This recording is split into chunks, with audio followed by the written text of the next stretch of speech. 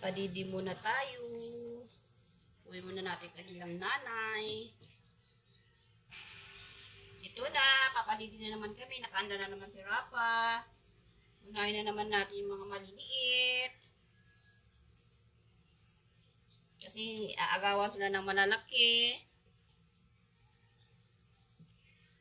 Didi muna kayo.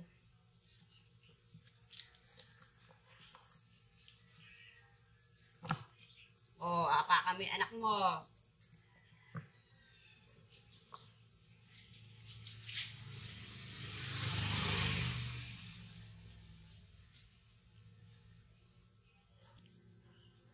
Ito na, nilalagay ko naman yung mga kapatid nilang malalaki.